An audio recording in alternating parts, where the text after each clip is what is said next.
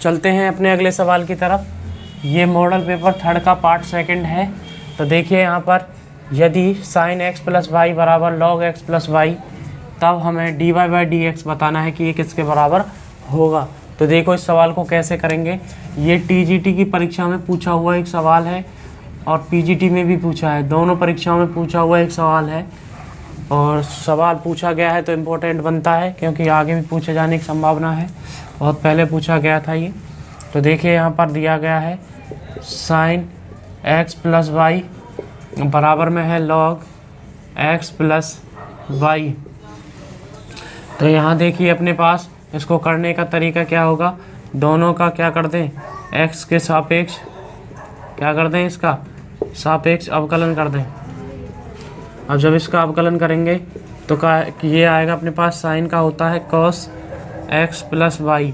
अब इसके अंदर वाले अवयवों का करेंगे तो कैसे आएगा, देखो ये आएगा x का x के सापेक्ष करेंगे तो 1 और y के सापेक्ष करेंगे, यानी कि y का करेंगे x के सापेक्ष तो dy बाई डी एक्स आ जाएगा अपने पास में।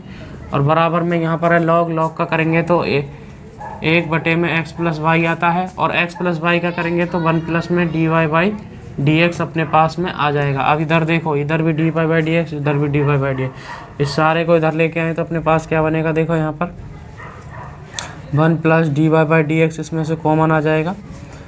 अब अंदर क्या बचेगा, देखो cos x तो पहले से ही है, cos x प्लस वाई।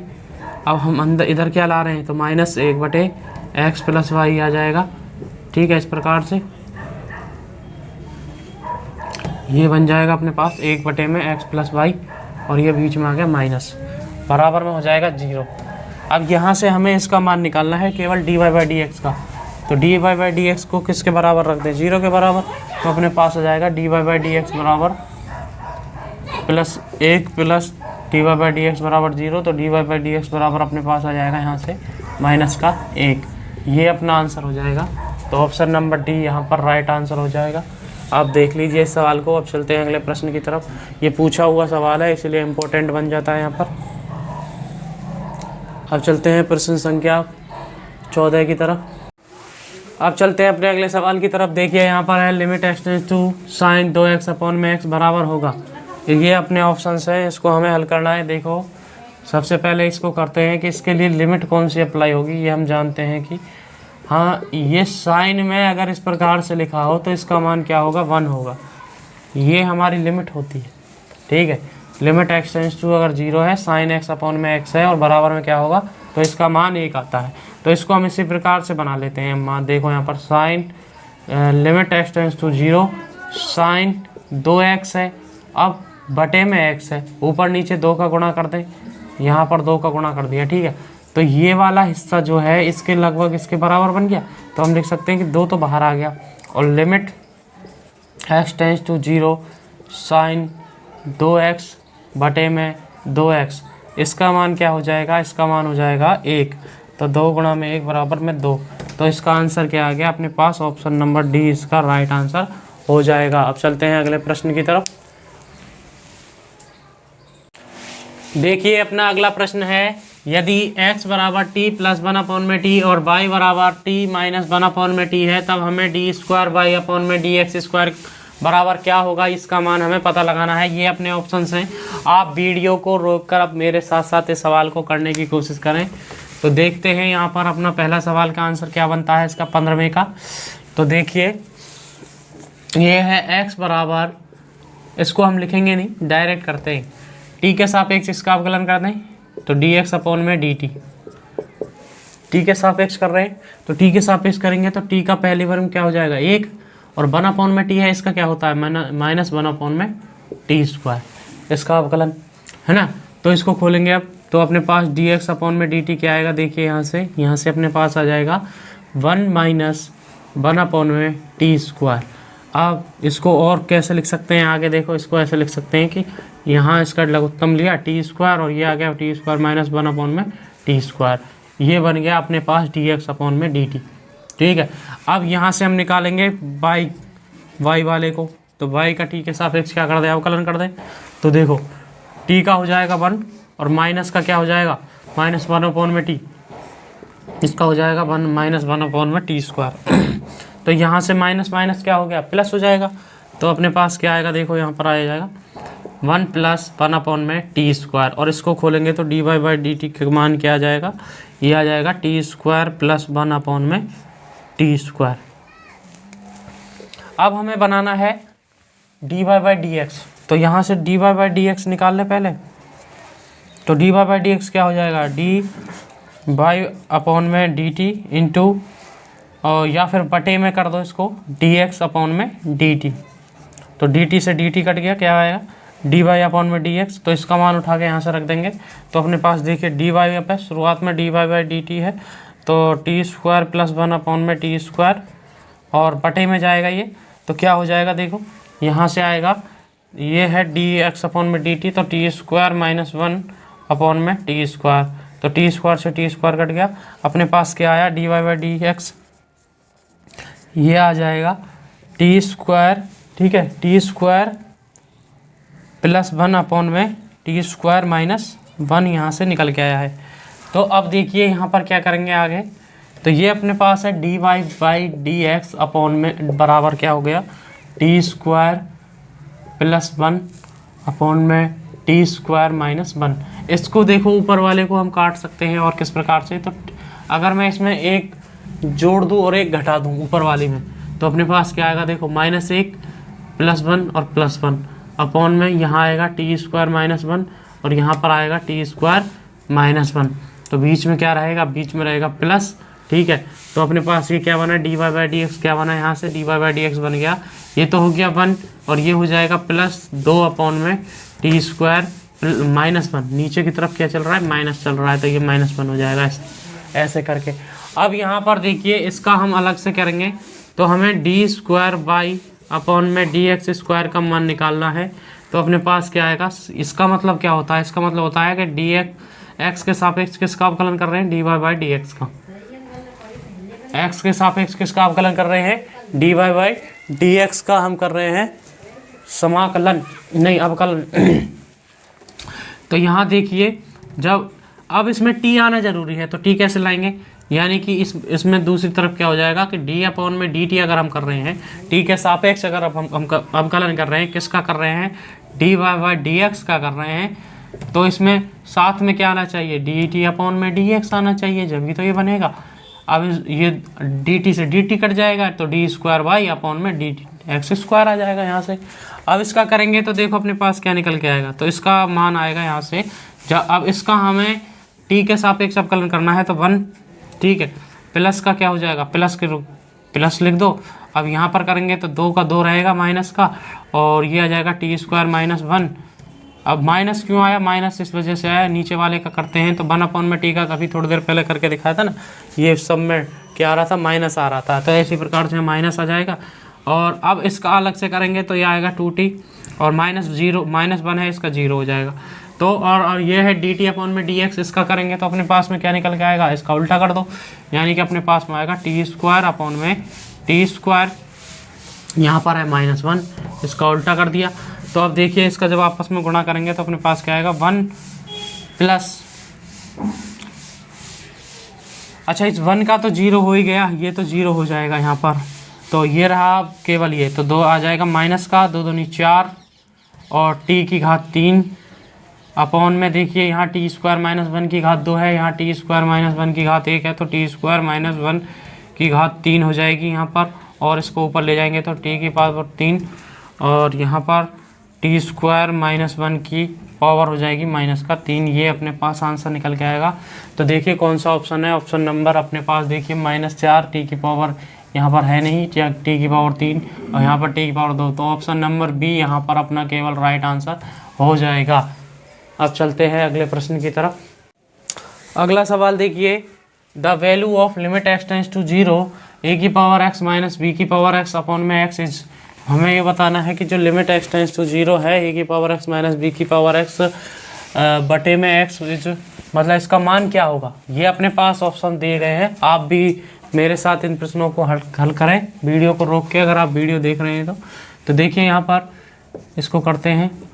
यहाँ है अपने पास लिमिट x टेंड्स टू 0, और साथ में दिया गया है a⁻x - b⁻x अपॉन में x इस प्रकार से। अगर एक्स का मान यहाँ पर रखें तो अपने पास आएगा a की पावर 0 माइनस बी की पावर 0 अपॉन में 0। तो ये a की पावर 0 1 बनता है और एक में से एक गया तो 0 अपॉन में 0 रूप बन जाएगा।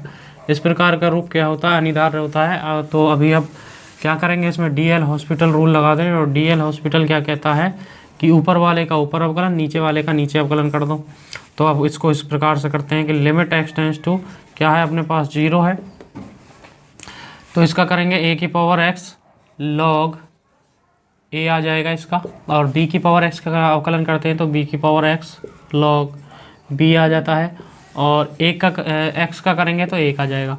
तो यहाँ से x का मान फिर से रखेंगे तो अपने पास क्या आएगा, देखिए यहाँ से रखेंगे x का मान रखने पर ये आ जाएगा a की power 0 log a minus b की पावर 0 log b, और बटे में 1 है, बटे में 1 लिखो चाहे मत लिखो। तो अपने पास देखो क्या आ रहा है यहाँ से, तो a की पावर 0 हो गया 1, तो यहाँ से बचेगा log a और यहाँ बचेगा log b। देखो a की पावर 0 1 होता है, b की पावर 0 भी 1 होगा, log a minus log b यहाँ से बच जाएगा। तो यहाँ देखो log a अभी माइनस में है, तो ये जब इसको लिखते हैं log a अपॉन में b आता है, ये क्या आ जाएगा a अपॉन में b। अब a अपॉन में b को इस प्रकार से लिखा जाता है और इस रूप को इस रूप में लिखा जाता है। तो ये अपना आंसर बन रहा है। तो देखिए कौन सा ऑप्शन है, a अपॉन में b, यानी कि ऑप्शन नंबर a यहाँ पर राइट आंसर लग रहा है। ये b अपॉन में a है, ये गलत है, और ये क्या है,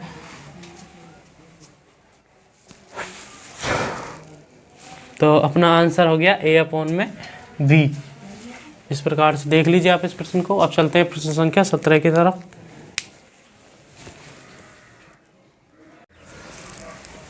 अब देखिए अपना अगला सवाल है, the value of limit x tends to 0 mod of x upon में x। इस प्रकार सा एक सवाल है और इसके ऑप्शन ये दिए गए हैं। तो इसको हम हल करेंगे यहाँ पर। तो आप इसको हल करने की कोशिश करें, कमेंट में इसका आंसर बताएं कि इसका आंसर क्या आएगा। तो देखिए इसका आंसर अपने पास दिया गया है, limit x tends to 0 mod x upon में x। तो जो मॉड है उसकी दो प्रॉपर्टी होती है, इसका मान एक तो प्लस माइनस 1 में खुलता है, प्लस भी हो सकता है और माइनस भी हो सकता है। यानी कि इस प्रकार से हम इसको लिख सकते हैं कि इसका मान +1 भी होगा और -1 भी होगा। अब ये +1 कब होगा, जब x का मान जो होगा वो 0 से बड़ा होगा, और x का मान अगर 0 से छोटा है तो इसका मान क्या हो जाएगा, -1। इस प्रकार से दो कंडीशन बन गई है ना। तो अब इसमें रखेंगे तो लिमिट x टेंस टू 0 और मॉड ऑफ x अपॉन में x, यदि x is greater than equal to 0 तो इसका मान होगा 1। कितना हो जाएगा, 1। और limit x tends to 0 mod of x upon में x, यदि x का मान क्या होगा, लेस देन 0 होगा तो इसका मान आएगा -1। तो हम कह सकते हैं कि इसका मान क्या होगा इन दोनों में से। देखो ये ऑप्शन भी गलत है, ये भी गलत है, ये भी गलत है। ऑप्शन नंबर डी यहाँ पर क्या हो जाएगा, राइट आंसर, क्योंकि यहाँ पर न तो LHS बराबर RHS नहीं है। इस प्रकार से हम कह सकते हैं LHS बराबर किसके नहीं है, RHS के। तो लिमिट डज नॉट एग्जिस्ट, यहाँ पर लिमिट क्या है, limit does not exist. Limit जो है वो एग्जिस्ट ही नहीं करती है इनके बीच में, ठीक है, इन दोनों के बीच में। इस प्रकार से अब चलते हैं प्रश्न संख्या 18 की तरफ। अगला प्रश्न देखिए, if f(x) is equal to √x² + 9 then limit x tends to 4 f(x - f4 upon में x - 4 हैव द वैल्यू। इसका मान हमें पूछा गया है। तो देखिए यहाँ पर इस प्रश्न का, ये प्रश्न PGT की परीक्षा में पूछा हुआ है, तो इसको आसान सॉल्यूशन देखिए इसका। आप भी मेरे साथ इसका सॉल्यूशन करिए। अब देखिए यहाँ पर अपने पास है f(x) बराबर दिया गया है कि √x² + 9, और लिमिट अपन को दी गई है x टेंस टू 4, तो f(x) - f4 अपॉन में x - 4। अब अगर आपने अवकलन की परिभाषा पर ये पढ़ी हुई है तो अपने पास क्या आता है कि f(x) limit x tends to a limit x tends to a में f x minus f a upon में एफ माइनस ए, ये होता है अवकलन की परिभाषा, यानी कि एफ डैश एक्स हमें यहाँ निकालना है। इसी प्रकार से अब इसका मान करेंगे तो एफ डैश 4 यहाँ निकलेगा। क्या निकलेगा? F dash 4। तो पहले एफ डैश एक्स निकाल लें इसका। एफ डैश एक्स क्या होगा? एफ डैश एक्स हो जाएगा, ये अंडर रूट में है तो 1 अपॉन में under root x square minus x square plus 9 और 2 और आ जाता है साथ में 1/2। ठीक है, तो ये आता है अपने पास में। देखिए अंडर रूट का करते हैं तो क्या आता है? 1/2 under root x square plus 9। अब एक्स स्क्वायर का करेंगे तो 2x ऊपर आ गया और 9 का करेंगे तो 0 आ जाएगा। ठीक है, तो 2 से 2 कट गया, तो अपने पास क्या निकल के आया? x अपॉन में under root x square plus 9। अब यहाँ लिमिट अप्लाई कर दें तो लिमिट x का मान x बराबर 4 रखने पर, तो x बराबर 4 अपॉन में यहाँ जाएगा 16 प्लस 9 यानी कि 25, तो 4/5 यहाँ पर आंसर हो जाएगा इस सवाल का। ऑप्शन नंबर 4 अपॉन में 5, तो ऑप्शन नंबर सी यहाँ पर राइट आंसर हो जाएगा इस सवाल के लिए।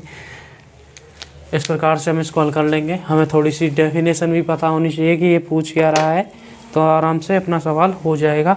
सेकंड भी नहीं लगते हैं ऐसे सवालों में करने में। अगला प्रश्न देखिए, यदि y बराबर हमें दिया गया है अंडर रूट के अंदर sine x plus under root के अंदर sine x plus under root के अंदर sine x plus under root, और इन सब के ऊपर अंडर रूट चलता ही जा रहा है इस प्रकार से, तब हमें ज्ञात करना है कि dy/dx का मान क्या होगा। तो यहाँ पर देखिए हम क्या करते हैं कि y बराबर इसमें अंडर रूट साइन एक्स है। अब ये वाला भी अनंत तक जा रहा है तो इसको हम y नहीं मान लेंगे, इसको y मान लेते हैं। ठीक है, y मान लिया। अब क्या करेंगे? अब देखिए यहाँ पर साइन एक्स प्लस इस वाले को क्या मान लिया? y मान लिया। ठीक है, अब दोनों तरफ क्या कर दें? वर्क कर दें। वर्क करेंगे तो ये अंडर रूट हट जाएगा यहाँ से। तब देखिए वाई स्क्वायर बराबर साइन एक्स प्लस वाई, यहाँ देखिए y को इधर लाएंगे तो वाई स्क्वायर माइनस वाई बराबर साइन एक्स। अब x साइन में है तो इतना तो हमें पता लग गया कि cos x में उत्तर आएगा, y वाले अपने कैंसिल हो जाएंगे यहाँ से। तो देखिए यहाँ से अब y x के सापेक्ष अवकलन करेंगे तो 2y dy/dx, और यहाँ पर आएगा dy/dx, और यहाँ पर आएगा cos x। इस प्रकार से dy/dx यहाँ से कॉमन ले लो, dy/dx कॉमन आ गए तो अपने पास आएगा cos x, और अंदर बचेगा 2y माइनस 1, 2y माइनस 1। अब इसका वो निकाल लो, dy/dx क्या हो जाएगा? तो dy/dx हो जाएगा cos x ऊपर आएगा और बटे में आएगा 2y माइनस 1, तो अपने पास आंसर आ गया cos x, option number B, cos x upon में 2y माइनस 1। इस प्रकार से इसको हल कर लेंगे। अच्छा, और ये प्रश्न भी कई बार पूछा गया है कई परीक्षाओं में, टीजीटी की में भी, पीजीटी के में भी। अब चलते हैं अगले प्रश्न की तरफ। अगला प्रश्न देखिए 19वां, इसमें है समाकलन करना है, इसकी जो लिमिट दे रखी है वो 0 से 1 है, और x की पावर 7 अपॉन में 1 प्लस x की पावर 16 dx का मान हमें बताना है कि इसका मान क्या होगा। समाकलन करने पर, इसके लिमिट लगाने पर इसका मान क्या निकल के आएगा, ये अपने ऑप्शंस हैं। आप भी इस प्रश्न को मेरे साथ कीजिए वीडियो को पॉज करके, और हमें कमेंट में आंसर बताइए कि इनमें से इसका आंसर क्या आएगा। ठीक है, अब करते हैं इसको। देखो यहाँ पर हमें दिया गया है 0 to 1 x की पावर 7 और 1 प्लस एक्स की पावर 16 यानी कि 16, इसका मान हमें निकालना है। तो यहाँ हम मान लेते हैं कि x की पावर 8 बराबर t है। क्या है? x की पावर 8 बराबर t है। तो इसका अवकलन करेंगे तो x की पावर 7 आएगा, 8 ऊपर से नीचे आ जाता है, और साथ में आएगा dx बराबर में dt। यहाँ देखिए कि हमें इसका मान पता लग गया है कि इसका मान ये है, तो x की पावर 7 dx बराबर dt अपॉन में क्या हो जाएगा 8। इसके स्थान पर ये रख देंगे तो अपने पास क्या निकल के आएगा, तो 0 से 1, उसके बाद x की पावर जो अपन ने माना था ये क्या हो जाएगा, ये हो जाएगा dt अपॉन में 8, और 1 प्लस यहाँ पर क्या आएगा 1 प्लस t की पावर 2, कितना t की पावर 2 16 हो जाएगा अगर इसको 2 कर देंगे तो, ठीक है। दोनों तरफ स्क्वायर करेंगे तो यहाँ x की पावर 16 और ये t की पावर 2 हो जाएगा। इस प्रकार से हम इसको लिख सकते हैं। अब अपने पास क्या बना देखो, 0 से 1 1/8 और साथ में 1/1 प्लस टी का स्क्वायर इंटू डी टी, इस प्रकार से बन के आ गया है। अब यहाँ पर देखिए इसका जब हम करेंगे तो अपने पास क्या आता है, 0 से 1 ये आ जाएगा अपने पास tan इनवर्स टी और बटे में क्या आ रहा है 1/8। इसका समाकलन कर दिया, इसकी लिमिट ये लग जाएंगी 0 से 1 और ये आ गया 1/8। अब इसको खोलेंगे तो अपने पास क्या आएगा देखो 1/8, तो ये आएगा tan inverse 1 minus tan inverse 0। तो अपने पास आएगा 1/8, तो ये आ जाएगा tan इनवर्स यानी कि π/4 और इसका मान कुछ होता ही नहीं, tan इनवर्स 0 का नहीं होता। एक से लेकर अनंत तक जाती है tan का मान, लेकिन 0 में नहीं आता है, तो ये हो गया ख़त्म यहाँ से। तो अपने पास क्या आया 1/8 यानी कि π/32, ये अपना आंसर हो जाएगा। तो π/32 ऑप्शन नंबर सी यहाँ पर राइट आंसर हो जाएगा। अब चलते हैं अगले सवाल की तरफ। अगला प्रश्न देखिए, समाकलन x² - 1 x की power 4 plus x² + 1 dx is equal to, इसके ऑप्शन ये रहे।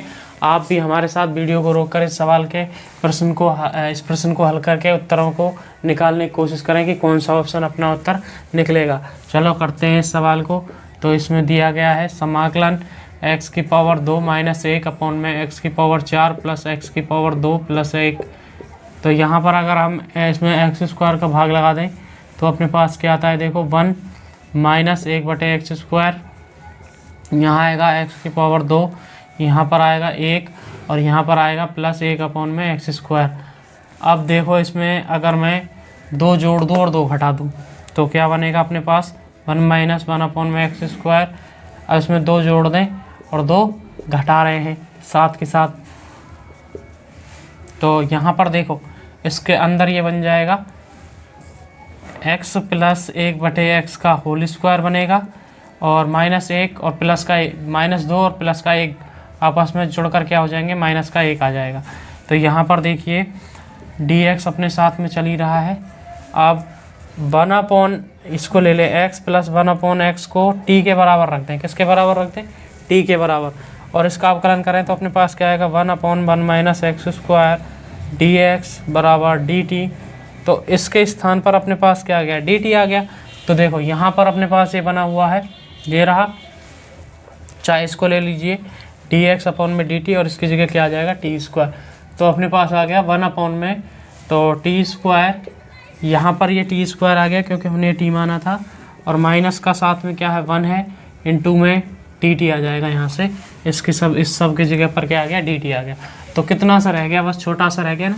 अब इस छोटे से को करेंगे, इसका हमें सीधा सीधा याद रखना है कि इसका जो आंसर आता है वो आता है 1/2 log 10 में नहीं निकालना है क्योंकि log में निकालना है। 10 में निकालना होता तो 10 में आंसर आता है, इसलिए हम log में करेंगे इसको।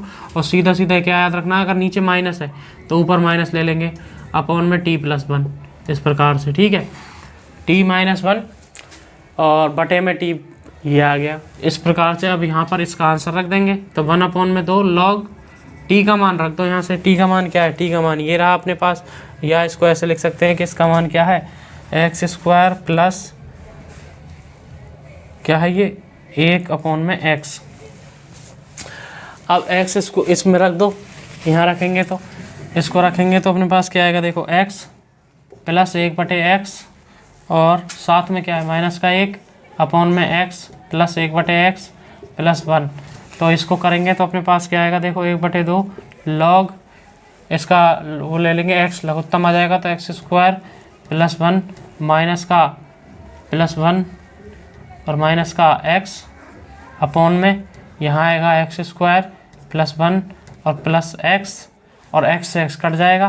तो अपने पास क्या बचा 1/2 log, सही करेंगे इसको, x² - x + 1 अपॉन में x² + x + 1। तो ये अपना आंसर आएगा।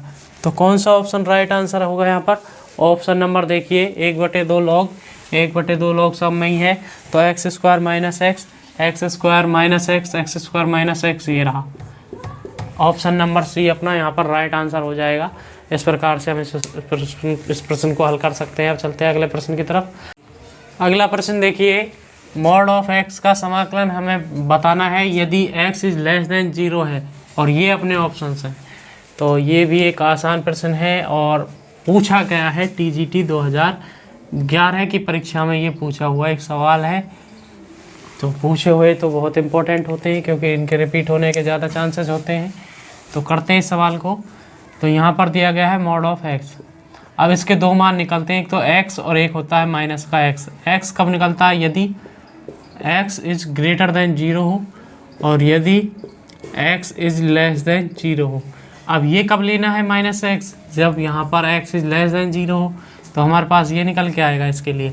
तो इसका समाकलन करेंगे माइनस एक्स अपॉन में डी एक्स, इस प्रकार से minus x into D x. इसका समाकलन करेंगे तो इसका आएगा माइनस एक्स स्क्वायर अपॉन में 2, क्योंकि इसका जब समाकलन करते हैं तो ये होता है n+1 अपॉन में n+1, इस प्रकार से। ठीक है, तो इसका बन जाएगा एक्स स्क्वायर माइनस का एक्स स्क्वायर अपॉन में 2 और प्लस में c, ये अपना आंसर बनेगा। तो कौन सा ऑप्शन है? ऑप्शन नंबर बी अपना राइट आंसर हो जाएगा यहाँ से, क्योंकि बी में ही है केवल एक ऐसा। अब चलते हैं प्रश्न संख्या 22 की तरफ। अगला प्रश्न देखिए, the centroid of a triangle formed by the line x is equal to 0, y is equal to 0 and x plus y minus 1 is equal to 0 is. Hindi में देखिए, रेखाएं x बराबर 0, y बराबर 0 तथा x प्लस वाई माइनस 1 बराबर 0 से निर्मित त्रिभुज का केंद्रक है। तो सबसे पहले हम त्रिभुज बनाते हैं कि कैसे बनेगा। देखिए, सबसे पहले हमने लिया x अक्ष और y अक्ष, ये x अक्ष है और ये अपनी y अक्ष है। यहाँ पर x और y यानी कि मूल बिंदु दे रखे हैं। उसके बाद देखिए इस रेखा को देखते हैं, इसमें एक बार x बराबर 0 रखते हैं तो अपने पास क्या आएगा, ये आ जाएगा। तो y बराबर आएगा अपने पास 1, और जब y बराबर 0 रखेंगे तो x बराबर में आएगा 1। तो इसके निर्देशांक क्या हो गए? इसके हो जाएंगे 0,1 और इसके हो जाएंगे 1,0। ठीक है, यानी कि यहाँ पर कहीं पर 1,0 है और यहाँ पर कहीं पर 0,1 है। तो इनको मिलाएंगे, ऐसे एक रेखा जा रही है। ये रेखा कौन सी है? x प्लस वाई माइनस 1 बराबर 0, ये रेखा है। इसको मिलाने पर देखिए ये त्रिभुज बन गया है। त्रिभुज है OAB, यानी कि AOB बोल सकते हैं, त्रिभुज AOB। अब इसके हमें केंद्रक निकालने हैं। केंद्रक निकालेंगे तो इनके निर्देशांक जोड़ दो, यानी कि x बराबर आएगा x1 plus x2 plus x3 upon में 3। तो x बराबर अपने पास आएगा यानी कि 0 प्लस 0 प्लस 1 बटे में 3। तो अपने पास क्या आया यहाँ पर? 1 बटे में 3। ठीक है, अब y निकालना है तो y के क्या करेंगे? यहाँ भी 0 है प्लस यहाँ 1 है प्लस यहाँ 0 है बटे में 3 है। तो अपने पास इसके क्या आ जाएंगे? y बराबर आ गया अपने पास 1 बटे में 3। तो अपने पास केंद्रक के निर्देशांक क्या आ गए? 1/3, 1 बटे में 3, ये अपना आंसर बनेगा। तो कौन सा ऑप्शन बन रहा है? ऑप्शन नंबर सी अपना राइट आंसर हो जाएगा। ये भी एक परीक्षा में पूछा हुआ एक सवाल है, PGT की परीक्षा में पूछा था। अब चलते हैं नेक्स्ट सवाल की तरफ। अब चलते हैं प्रश्न संख्या 23 की तरफ। दो रेखाओं AX प्लस BY बराबर AB और BX प्लस AY बराबर AB के प्रतिच्छेदन बिंदु एवं AB बिंदु है एक से गुजरने वाली रेखा का समीकरण। और अपने पास ऑप्शन ये रहे। ठीक है, आप वीडियो को बंद करके इस प्रश्न का आंसर निकाल के हमें कमेंट बॉक्स में टाइप करें कि इस प्रश्न 23वें प्रश्न का आंसर क्या आएगा। अब हम बताते हैं यहाँ पर इसको करने का सरल तरीका। तो देखिए यहाँ पर एक है बिंदु पुट मेथड, इसको यहाँ पर उठा के पुट करो और जौन सा बराबर मिल जाए वही आंसर है। तो सबसे पहले देखो ये दोनों एक जैसे हैं और ये दोनों एक जैसे हैं, है ना। तो पहले एक का मान निकाल लेते हैं कि इनका मान आएगा क्या? A plus B। तो अपने पास आएगा A² प्लस AB²। यहाँ से तो ये आ गया और यहाँ से क्या आएगा? A माइनस B और यहाँ से आ गया A² माइनस AB²। ठीक है, ये दो चीज़ आ गई। अब हमें ये पुट करना है A और B, इनमें x और y की जगह पर क्या रखते हैं? A और B रख देते हैं। तो अपने पास जो भी बनेगा वही अपना आंसर हो जाएगा। तो सबसे पहले इसमें देखते हैं। तो इसमें रखेंगे तो ये हो गया 1 की घात 3, ऐसा कुछ आ रहा है, नहीं आ रहा, ये ऑप्शन गलत हो गया। ऐसे ही देखो यहाँ पर इसमें भी 1 की घात 3 बनेगी, ये भी ऑप्शन गलत हो गया। अपने पास ऑप्शन बचे केवल 2। अब इन 2 को हमें सॉल्व करना है। तो सबसे पहले बी को लेते हैं। तो बी में क्या आएगा, ए स्क्वायर, यहाँ पर है बी, बाई की जगह क्या रख दें बी, उसके बाद माइनस यहाँ पर है बी स्क्वायर और एक्स की जगह पर क्या आ जाएगा, एक्स की जगह पर आ जाएगा ए। ये बन गया अपने पास A square B minus B square A, और बीच में आ रहा है प्लस, यहाँ पर प्लस आ रहा है। अब प्लस आ रहा है तो ये इसके बराबर हुआ, तो यानी कि ये गलत हो गया। उसके बाद देखिए ये दोनों बराबर थोड़ी है, यहाँ प्लस है यहाँ माइनस है। अब ये ऑप्शन भी गलत, तो बचाइए, ये राइट आंसर है। अब ये राइट आंसर है, इसको चेक कर लेते हैं। तो इसमें रखेंगे सबसे पहले बाई का मान है बी, तो ए स्क्वायर बी, बीच में आ गया माइनस, उसके बाद देखिए बी स्क्वायर, एक्स की जगह पर है ए, तो यह रख दिया है, ठीक है। और ये बन गया, देखो ए स्क्वायर बी इधर है और माइनस बीच में है, और ए बी स्क्वायर है, ये ए बी स्क्वायर है। तो ऑप्शन नंबर सी अपना यहाँ पर क्या हो जाएगा, राइट आंसर। लगभग 5 सेकंड अपनी खर्च होंगी, जिससे ज़्यादा नहीं होंगी। इस तरीके से सवाल को करिएगा अगर पेपर में आ जाए तो, ठीक है। अब चलते हैं प्रश्न संख्या अगली पर। अगला प्रश्न देखिए, रेखा 17x माइनस 14y माइनस 73 बराबर 0 की प्रवणता पूछ रहा है। ये प्रवणता किसके बराबर है, अपने पास ऑप्शन सी रहे। आप भी इस सवाल को करने की कोशिश करो, हम तो कर ही रहे हैं। देखो यहाँ अपने पास दिया है 17x माइनस 14y, अब इसको हम लिख सकते हैं बराबर में 73, ठीक है। क्योंकि हम जानते हैं कि एक रेखा के लिए जो प्रवणता होती है वो इस प्रकार से हम ज्ञात कर सकते हैं, y बराबर mx प्लस सी। तो इस रूप में इसको हम करेंगे। तो यहाँ पर m जो है वो क्या है, प्रवणता ढाल है। तो यहाँ पर इसको इस प्रकार से बनाएंगे, तो m ये वाला हमें उधर ले जाना चाहिए था, है ना। तो 14y बराबर में अपने पास क्या आएगा, जो ये है तो 17x माइनस का 73 रहेगा इधर, ठीक है। तो y बराबर करेंगे तो 17/14 x माइनस 73/14, ये अपना प्रवणता दे देगा यहाँ से 17/14 अपना आंसर हो जाएगा। तो कौन सा ऑप्शन है, ऑप्शन नंबर सी यहाँ पर राइट आंसर हो जाएगा। प्रवणता क्या होगी, इस सवाल की प्रवणता हो गई 17/14। अब चलते हैं प्रश्न संख्या अगले की तरफ।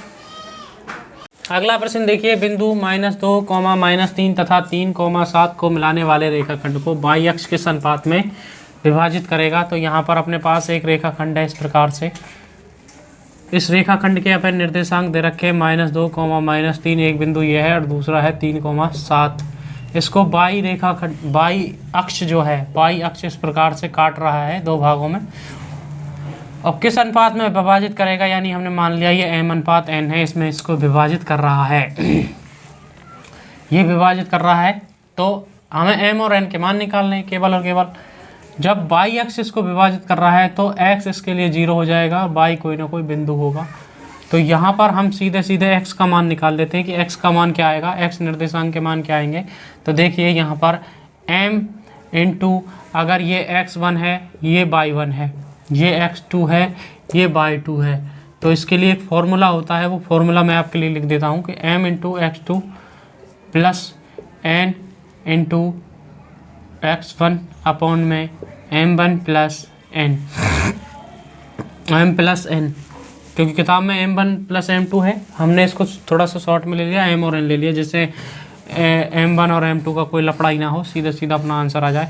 तो x की जगह पर रख देंगे 0, m की जगह पर क्या रखेंगे m, क्योंकि इसका निकालना है। x2 का मान क्या है, अपने पास 3 है, तो 3 का गुणा इसके साथ हो गया। उसके बाद देखिए अपने पास है n लिख दिया सीधा सीधा, बीच में प्लस है, लेकिन x1 अपने पास -2 है, तो इसलिए -2 आ गया। और साथ में m प्लस n का इसके साथ गुणा करेंगे तो ये 0 हो जाएगा। तो अपने पास आएगा m बराबर 3m बराबर 2n। तो m और बटे n का मान यहाँ से निकालना है, तो 2/3 आएगा। तो 2/3 क्या होता है, 2:3, ये अपना आंसर बन जाएगा। तो कौन सा ऑप्शन है, ऑप्शन नंबर ए अपना राइट आंसर हो जाएगा। आप चलते हैं अगले प्रश्न की तरफ। देखिए अगला प्रश्न है, अपने पास 2 बिंदु हैं, अपने पास 2 बिंदु दे रखे हैं इस प्रकार से। ये पहला है A, दूसरा है B, जिसमें A का मान है अपने पास 4,2 और B के निर्देशांक हैं 8,4। अब रेखाखंड पर एक बिंदु है P और इसके भी निर्देशांक अपने पास हैं 2,1 दिए गए हैं। तो हमें ये बताने कि ऑप्शन इनमें से कौन सा अपना राइट बैठ रहा है। तो देखिए यहाँ पर सबसे पहले यहाँ पर हम m अनुपात n निकाल लें। m अनुपात n निकालने के लिए क्या करेंगे, तो देखो यहाँ पर अपने पास दो चीज़ें दी गई हैं, 1 2 1। या तो आप y से निकाल लीजिए, y बराबर क्या हो जाएगा, x तो मैंने पिछले सवाल में निकालना सिखाई दिया था, अब y निकालना सिखाते हैं कि y का मान कैसे आएगा। तो y बराबर रख दिया 1, तो m इंटू अब by 2 यानी कि 4 यहाँ पर 4 है, और प्लस n और y1 यानी कि 2n अपॉन में m प्लस n रख दें। उसके बाद यहाँ पर करेंगे तो अपने पास आएगा m प्लस n बराबर 4m प्लस 2n। यहाँ देखिए इस 4m को इधर रखें और माइनस m इधर लेके जाएं, और यहाँ से n है, माइनस का 2n इधर से घट जाएगा, तो अपने पास आएगा यहाँ पर 3m बराबर माइनस का n। तो अपने पास क्या बचेगा, m अपॉन में n बराबर -1 अपॉन में 3। तो m अनुपात n का मान क्या आ गया, 1:3। क्या आया, 1:3 अपने पास यहाँ m अनुपात n आ चुका है। अब ये माइनस है, माइनस का मतलब है ये कैसा विभाजन है, बाह्य विभाजन है। घबराने की ज़रूरत नहीं है कि गलत आ रहा है, गलत नहीं है, सही है। तो ये कैसा है, बाह्य विभाजन हो रहा है। यहाँ पर कैसा हो रहा है, बाह्य विभाजन। अंत विभाजन में ये प्लस आता है, बाह्य विभाजन में नेगेटिव आ जाता है, तो कोई घबराने की ज़रूरत नहीं है। तो अपने पास अब इस पूरे में देखो ये a है, AP बराबर अगर AP बटे AB निकालते हैं तो अपने पास आता है m अनुपात n। इस प्रकार से क्या आएगा, ये है अपना मेन। अगर AP बटे AB निकालेंगे तो क्या आएगा अपने पास, m अनुपात n आता है। तो करेंगे इसको, AP बराबर हो जाएगा m अपॉन में n AB। तो AP m की जगह मान रखेंगे, m का मान 1 है और n का 3 है, तो AP ये अपना राइट आंसर यहाँ से बन जाएगा। तो देखिए ये AB है। ऑप्शन नंबर कौन सा अपना राइट आंसर बैठ रहा है, तो ऑप्शन नंबर A अपना राइट आंसर बैठ जाएगा। अब चलते हैं अपने अगले प्रश्न की तरफ। अगला प्रश्न देखिए, एक त्रिभुज की भुजाओं के मध्य बिंदुओं के निर्देशांक अपने ये दे रखे हैं, तो उसके केंद्रक के निर्देशांक पूछे गए हैं। तो देखिए अपने पास एक त्रिभुज है इस प्रकार से, और त्रिभुज के मध्य बिंदु दे रखे हैं, ये मध्य बिंदु हैं, और इनके निर्देशांक हमें दिए गए हैं। तो पहला लिख लेते हैं 5 2, उसके बाद दूसरा है 3 3, और उसके बाद 2 और 2। ये अपने पास निर्देशांक दिए गए हैं। तो यहाँ कह रहा है कि केंद्रक के निर्देशांक, तो मध्य बिंदुओं को मिलाने पर बना जो त्रिभुज है, अब जो त्रिभुज ABC है और PQR इसको लिख देते हैं। त्रिभुज ABC के मध्य बिंदुओं को मिलाने वाले त्रिभुज PQR के का जो केंद्रक होगा वही बड़े वाले ABC का भी क्या होगा, केंद्रक होगा। तो मध्य बिंदुओं से मिलाएंगे तो भी क्या इसका केंद्रक क्या होगा, सबका समान होगा। तो इसका केंद्रक कैसे निकलेगा, तो 2 + x, x वालों को जोड़ दें पहले, 2 + 3 + 5, 3 + 5 और बटे में 3 लगा दें, तो पहला आंसर आ जाएगा 5 और 2 7 3 10/3। तो ये आ गया अपने पास 10/3। और दूसरा आएगा, तो देखो शुरुआत में 1 में ही है, ये आ गया ऑप्शन नंबर B अपना राइट आंसर। ऐसे भी कर सकते हैं। और अब यहाँ ये x बराबर है और y बराबर देख लीजिए, y बराबर क्या आएगा, 2 + 3 + 2 बटे में 3, तो 4 और 3 7 हो गया, 7/3। तो यही आ रहा है 7/3। ये अपना राइट आंसर हो जाएगा यहाँ से। अब चलते हैं अगले प्रश्न की तरफ। अगला प्रश्न देखिए, एक समद्विबाहु त्रिकोण के 2 कोण हमेशा होते हैं। अब यहाँ त्रिकोण जो है वो किससे संबंधित है, ट्राइंगल से,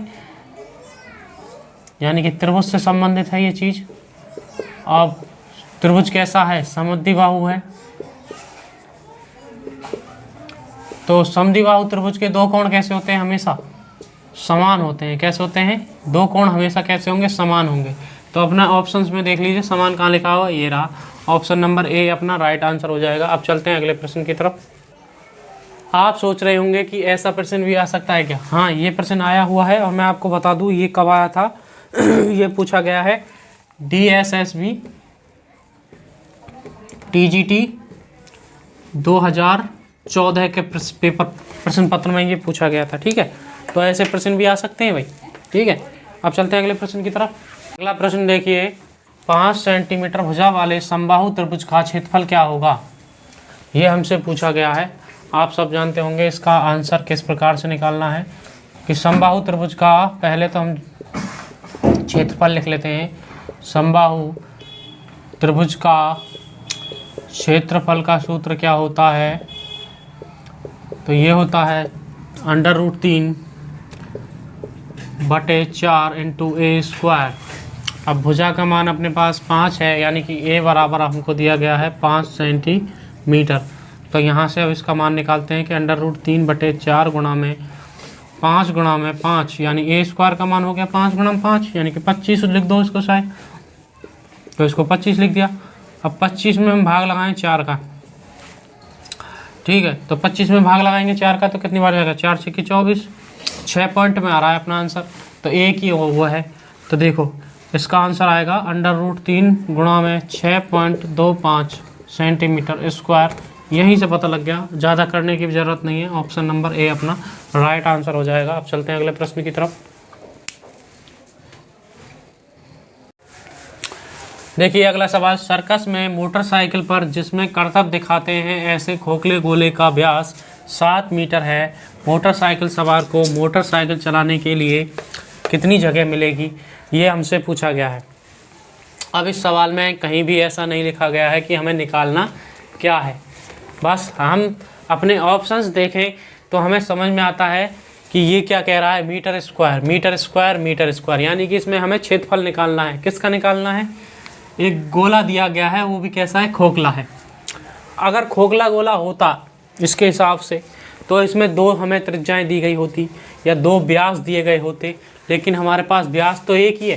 तो हम क्या करें, सीधे सीधे गोले का क्या निकाल दें, संपूर्ण पृष्ठीय क्षेत्रफल, ये हम निकाल देते हैं। ये क्या होता है, 4πr²। तो 4πr² यानी कि 4 गुणा पाई, r का मान देखिए, अब यहाँ से r का मान क्या निकाल सकते हैं, ये 2r का मान दे रखा है 7, स्मॉल r बराबर आ जाएगा 7/2 अपने पास। ये व्यास दे रखा था 7 मीटर, हमने इसकी त्रिज्या निकाल दी 7/2 मीटर आ गया। तो इसको रख देंगे 7/2 गुणा 7/2, ये 2 दूनी 4, ये कट गया सीधा सीधा, तो अपने पास आ जाएगा 7 7 49 पाई। 49 पाई क्या आ गया, metre square. 49 pi metre square अपना राइट आंसर हो जाएगा। यहाँ से कुछ भी नहीं करना है, यही अपना सवाल है, इतना सा। अब चलते हैं प्रश्न संख्या आगे की तरफ। अगला प्रश्न देखिए, x का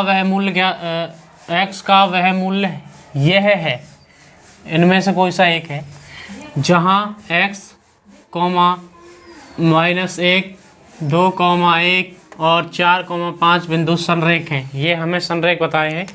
तो यहाँ देखते हैं, सबसे पहले इसका हल करते हैं। x का मान निकालना है, x का मान ऑप्शंस में से कुछ ना कुछ आएगा। और ये बिंदु है 3 बिंदु, ए बिंदु, बी बिंदु, सी बिंदु भी संरेख दे रखे हैं। तो संरेख के लिए एक शर्त होती है, संरेख के लिए शर्त क्या शर्त होती है कि अपने पास अगर x1 y1 1, x2 y2 1, x3 y3 1 बराबर क्या होना चाहिए, 0 होना चाहिए। इसमें रख दीजिए इनको अपने पास, जो x1 x2 x3 है। तो यहाँ पर रखेंगे तो अपने पास क्या आएगा, देखो x -1 1, उसके बाद 2 1, उसके बाद 1, उसके बाद है 4 5 और 1। इस प्रकार से इनको रख देंगे सबको। अब इनका मान निकाल लीजिए। इसको हल करेंगे तो x को दाबिए पहले तो इनका गुणा करेंगे, x इंटू में 1 एकम 1 और 5 एकम 5, यानी कि -5। अब बीच में आएगा माइनस, और माइनस का 1 पहले से ही है, और इसके साथ इसका गुणा करेंगे 2 एकम 2, और ये आएगा 4 एकम 4 -4। अब बीच में फिर आएगा प्लस, इसको रखेंगे 1। अब 1 का गुणा करेंगे तो इसको दाब लेंगे इस लाइन को, तो अपने पास आएगा 5 दूनी 10 -4, ये 4 एकम 4 है। तो यहाँ पर आएगा -4 और बराबर में आना चाहिए इसका सबका 0। तो ये आ गया 4x, यहाँ आएगा माइनस माइनस प्लस, और फिर अंदर से माइनस निकल के आ रहा है, वो कितना आ रहा है, माइनस का कितना आ जाएगा, ये 2। अब इसको करेंगे तो ये आएगा प्लस का 6 बराबर 0। तो x बराबर अपने पास क्या आएगा, देखो -4 और इस सब को वहाँ ले जाएंगे तो ये आएगा -4, तो x बराबर आ गया 1 प्लस का। तो अपने पास ऑप्शन नंबर सी क्या हो जाएगा, राइट आंसर हो जाएगा यहाँ से। ठीक है, इस प्रकार से हम अगर संरेख वाला सवाल आता है तो उसको इस प्रकार से यहाँ से हल कर लेंगे। ठीक है, तो x बराबर क्या आ गया, 1 आ गया। अब चलते हैं अगले प्रश्न की तरफ। अगला प्रश्न देखिए, रेखा युग्म 2y - 4x = 5 और y + 3x = 7 के बीच का कोण हमें पूछा गया है। तो कोण निकालने के लिए एक फॉर्मूला होता है tan थीटा बराबर m1 - m2 अपॉन में 1 + m1 m2। ठीक है, इस प्रकार से। अब ये m क्या चीज़ है, m1 और m2। m1 और m2 रेखाओं की प्रवणता है, क्या है, प्रवणता। और ये किस प्रकार से निकाल जाती है, y बराबर mx + c के फॉर्म में इसको लिखेंगे पहले समीकरण को, फिर यहाँ से x का जो गुणांक होगा वही क्या होगा, m होगा। तो देखिए यहाँ पर 2y - 4x = 5, तो इसको ले जाएंगे दूसरी तरफ, तो 2y बराबर 5 + 4x, या इसको ऐसे लिख सकते हैं y बराबर 4/2x + 5/2। ये प्लस में था, इसको पहले लिख लिया समीकरण को ऐसा बनाने के लिए। तो अपने पास आ जाएगा 2x + 5/2। तो m1 बराबर अपने पास आ गया यहाँ से 2, कितना आ गया, सीधा सीधा 2। अब आगे देखते हैं, आगे देखिए यहाँ पर हमें दूसरा समीकरण दिया गया है y + 3x = 7। तो यहाँ से देखिए y बराबर अपने पास आएगा -3x + 7, तो m2 का मान आ गया -3।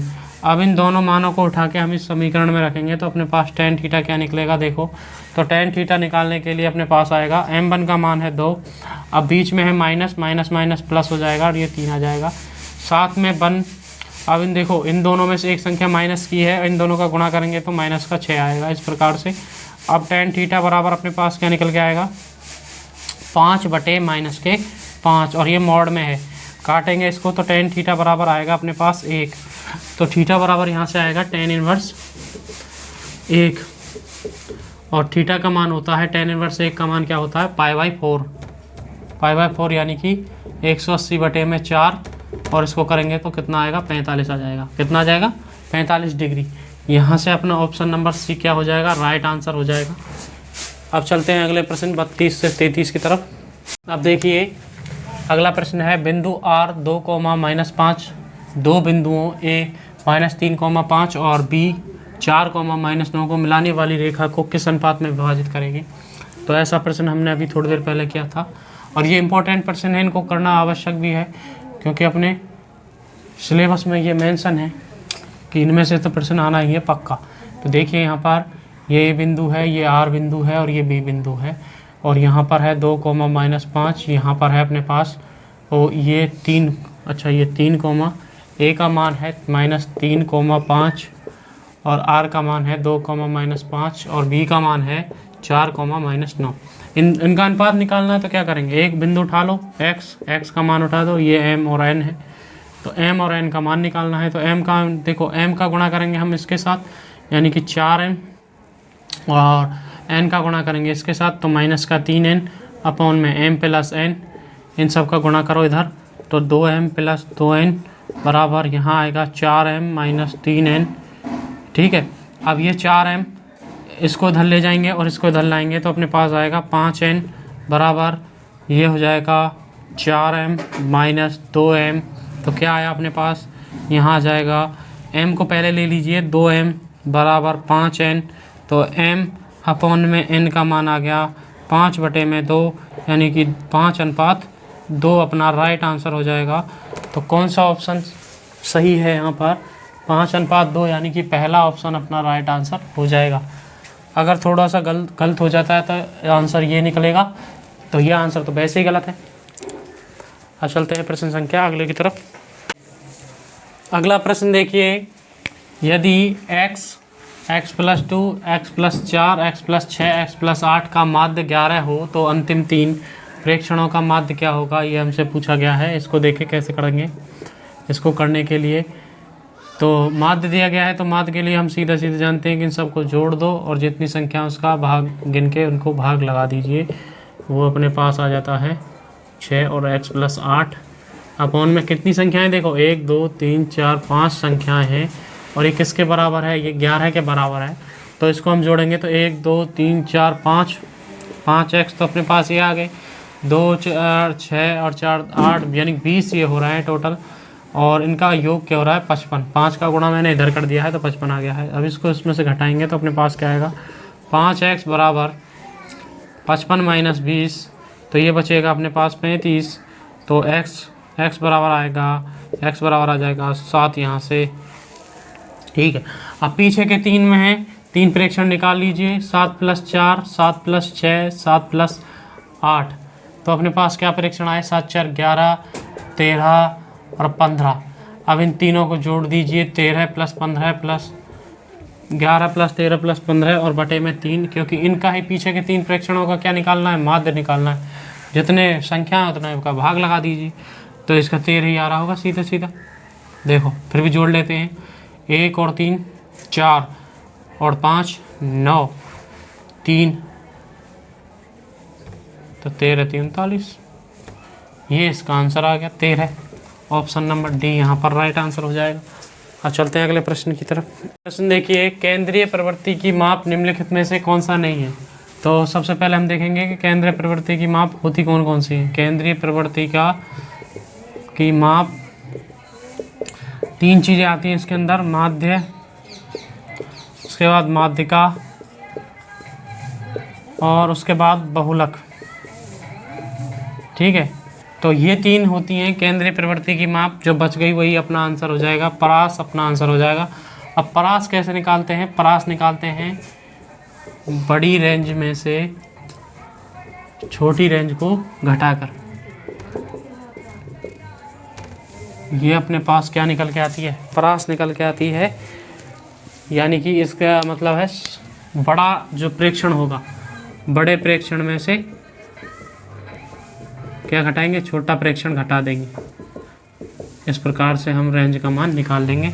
अब चलते हैं अगले प्रश्न की तरफ।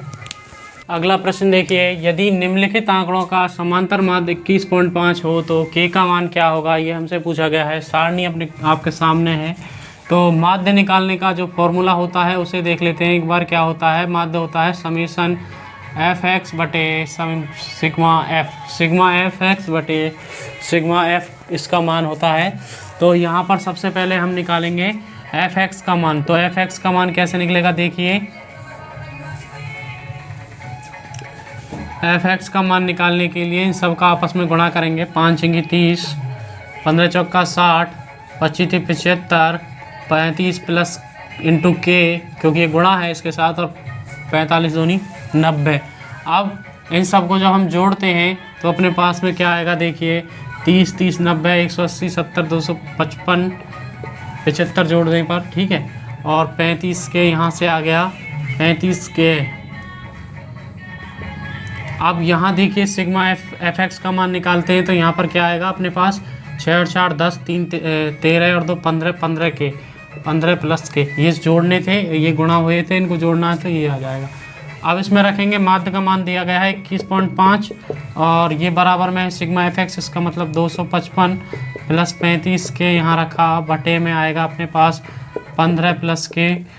अब इनका गुणा इसके साथ करेंगे तो अपने पास क्या आएगा, देखिए 21.5 गुणा 15 और इसका आ जाएगा प्लस 21.5 के बराबर, इसका करेंगे तो 255 प्लस 35 के यहाँ निकल के आएगा।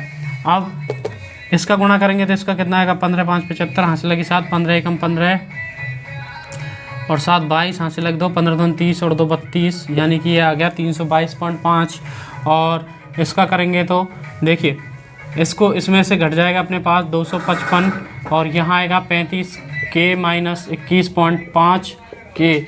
इसको इसमें से घटाएंगे तो अपने पास देखो क्या बच रहा है, तो 0.5 तो आ ही रहा है, 12 में से 5 गए तो 7, उसके बाद यहाँ पर आ रहा है 12 में से 5 गए तो 7 और ये 6, 11 में से 5 गए तो 6 और ये बच गया इतना, और यहाँ पर आ रहा है अपने पास 0.5 और ये बचेगा 13, ठीक है, के में। तो के का मान क्या निकल के आएगा, 667.5 अपॉन में 135। तो के का मान क्या आएगा, के का मान आ जाएगा ये लगभग 5 बार कट जाएगा इससे, तो k का मान आ गया 5। k बराबर कितना आ गया 5 आंसर आ जाएगा यहाँ पर। पॉइंट से पॉइंट काट लो, 135 में गुणा 5 करते हैं तो 675 आता है। ठीक है, तो ये अपना आंसर आ गया 36वें क्वेश्चन का। आप चलते हैं अगले प्रश्न की तरफ। अगला प्रश्न देखिए, यदि एक परीक्षा में ए के अनुत्तीर्ण होने की प्रायिकता 0.20 है तथा बी के अनुत्तीर्ण होने की प्रायिकता 0.30 है, तो ए अथवा बी के अनुत्तीर्ण होने की प्रायिकता हमसे पूछी गई है कि इसका आंसर क्या निकलेगा। तो देखिए इसको करते हैं। अपने पास पी ए प्रायिकता ऑफ ए की दे रखी है 0.20 और पी भी दे रखी है 0.30 ये रही। ठीक है, अब ए और बी के अनुत्तीर्ण होने की प्रायिकता, तो ए और बी के दोनों के ए अथवा है तो यूनियन कर देंगे और ये आएगा अपने पास पी ए और into P A plus P B और माइनस होता है पी ए इंटरसेक्शन बी। तो अपने पास इसको अलग रूप में लिखा जा सकता है कि P A plus P B, क्योंकि इसका मान है नहीं अपने पास, तो इसको किस में बदल सकते हैं कि ये होता है P A multiply P B के बराबर में। तो यहाँ देखिए पी ए का मान है अपने पास 0.20 प्लस 0.30 माइनस इन दोनों का गुणा करेंगे यहाँ पर 0.20 गुणा 0.30। अब देखिए यहाँ पर हो गया 0.50 प्लस, अब बीच में माइनस है तो अपने पास क्या आएगा 3 दूनी 6, इनका गुणा करेंगे तो क्या आएगा अपने पास 0.6। देखो पहले इन दोनों 3 दूनी 6 कर लिया, तो इन दोनों 2 जीरो और हैं, ये आ गया 1 0, 4 संख्या छोड़ के पॉइंट लगेगी तो एक संख्या और आगे आ जाएगी, तो ये अपने पास ये आएगा इसका मान 0.06।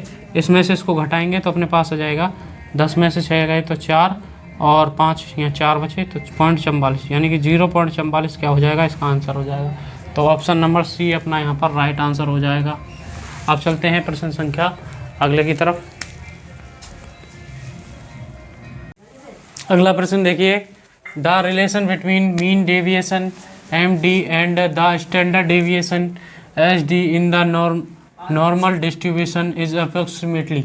तो देखिए इसका हिंदी अर्थ क्या है, प्रसामान्य बंटन में माध्य विचलन और मानक विचलन SD के मध्य लगभग संबंध है। ये हमें संबंध याद होना चाहिए कि इनके बीच में क्या संबंध होता है, इनके बीच में संबंध होता है 5 MD कितना लेना है 5 लेना है और 4 लेना है SD, ये इसका बीच में संबंध होता है। तो 5 MD बराबर 4 SD इनके बीच में संबंध होता है, तो इसका आंसर हो जाएगा अपने पास ऑप्शन नंबर बी यहाँ पर राइट आंसर हो जाएगा।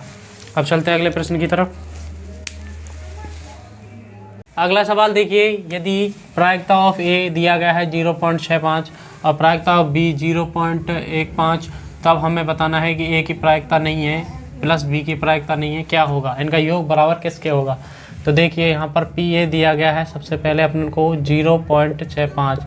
अब हमें निकालना है कि ए की प्रायिकता नहीं होनी चाहिए, तो एक में से घटा दो इसको, तो 0.65 को घटाएंगे तो अपने पास क्या आएगा, अब इसको घटाएंगे 10 में से 5 गए तो 5 और 9 में से 6 गए तो 3, ये आएगा लगभग इतना।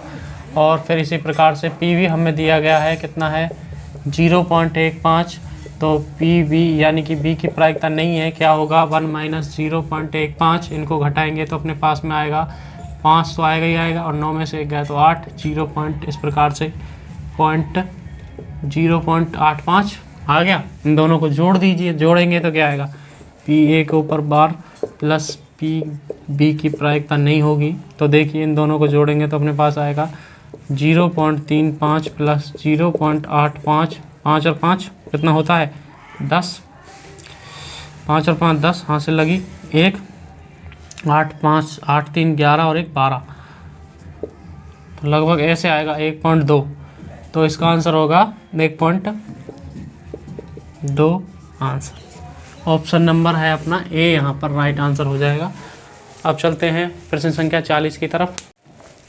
देखिए अगला सवाल है, यदि ए और बी स्वेच्छ घटनाएं यानी आर्बिट्रेटरी इवेंट हो तो हमें बताना है कि इनमें से कौन सा समीकरण अपना सही है। तो देखो जब ये घटनाएं हों तो अपने पास इसका मान आता है P A plus P we, ठीक है। अब ये किसके बराबर होता है? -1, बराबर नहीं सॉरी, इस प्रकार से देखो अपने पास दिया गया है कि पी ए यूनियन बी, किस प्रकार से? पी ए यूनियन वी जो होता है ये होता है is greater than equal to P A plus P B, और इसमें से क्या कर देते हैं, एक माइनस कम कर देते हैं, ठीक है, माइनस का एक कम हो जाता है, तो ये बनता है अपना। तो देखिए इनमें से कौन सा ऑप्शन है जो इस प्रकार से बन रहा है। तो यहाँ पर ये सब प्लस प्लस के, तो ये गलत हो गया, यहाँ ये माइनस का है तो ये सही हो जाएगा, और यहाँ पर ये दोनों माइनस के गलत, ये भी गलत, तो इसका आंसर ये आया था, ठीक है। तो ये थे हमारे आज के प्रश्न, आपको अच्छे लगे होंगे। अगर आपको अच्छे लगे हैं तो हमारी वीडियो को अपने दोस्तों के साथ शेयर करें और हमारी वीडियो को लाइक करें, चैनल को सब्सक्राइब करें। धन्यवाद।